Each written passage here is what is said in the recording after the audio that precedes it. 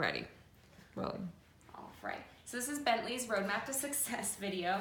And the Guardians called because they wanted to be able to work on helping him get over his fear of strangers. So when I first arrived, he was barking and he was just really nervous. So as just common knowledge for most people is that a dog that's barking usually says like, oh, this dog doesn't want me here, it's being upset, it might be aggressive, but he's really barking because he was trying to say, I'm scared that you're here, I don't feel comfortable. So it's really his way of saying, I'm nervous. So knowing that is always a really big helpful hint that all dogs that are barking like that does not necessarily mean that they're being aggressive at all. So he was barking to try to say, I'm uncomfortable.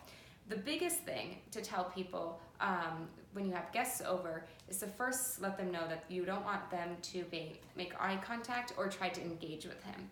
Go ahead and use the video that I made, that we made ahead of this one, and use that as your direction for how you're going to handle the situation. But what you want to tell guests is to not make eye contact and not try to pet him, and let him initiate contact and any type of like affection behavior like petting or anything like that. So I just want to remind you, because you might watch this video later, that when I first got here he was barking, I didn't make eye contact, he calmed down quicker than he usually does. But then, hey, sit, good boy. But then I came in the house, he started to feel relaxed, but he came over and smelled me a couple of times, and I pretty much ignored him.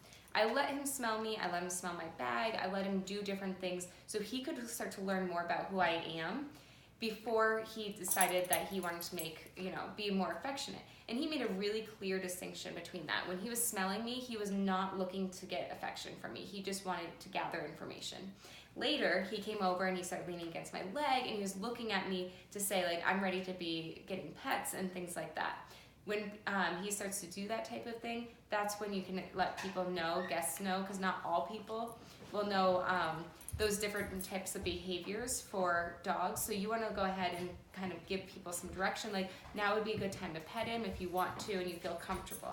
So let people know before they come over that you'll kind of be helping them through the process. Again, start with one person, and anytime he starts to go too close to them, help him learn how he can back up and away from them.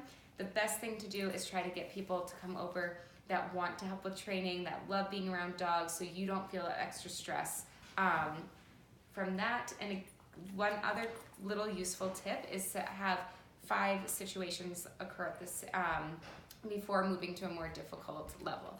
For example, you're gonna have 5 different people come over, and as he does better and better with that, then he's getting ready to graduate to having 2 people come over. And then you want to have 2 people come over for about 5 times.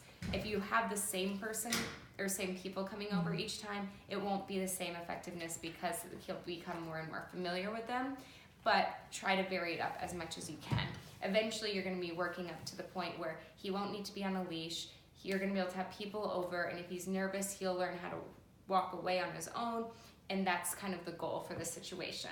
If at any point he gets really nervous and he starts barking and kind of regressing into other behaviors, one of the things you want to do is take note. Is there anything different about the person who came over, so you know, like, oh, maybe he gets really nervous with people with really big beards or hats. So that way you know that you need to, if someone comes over with a beard or a hat, that you know we've got to actually kind of work a little backwards and go back to more of the basics for that one situation. So always just try to take note. The other things that we went over is I want to just direct you to our website and look, go to doggonproblems.com. Go to dog training tips. On the right-hand side, you'll see a search bar. Type in structured walk. There will be tutorial videos on there to kind of help you with how to put the martingale collar on and the leash set up, and just different rules for walking him in the structured walk. So I just want to remind you to go to that video so you can get little tips on how to use that to help him stop pulling on the leash. The other thing I want you to work on is to practice at least once a day the focus exercise. Try to work up to 30 seconds. And then you want to start increasing distractions. So at first it might just be having someone walk around while you're doing this exercise, and then you want to increase the distraction level to having maybe one of the kids running by, then being closer to a window, all those types of things, because that will help you out with helping him learn how to cancel out distractions and focus on you.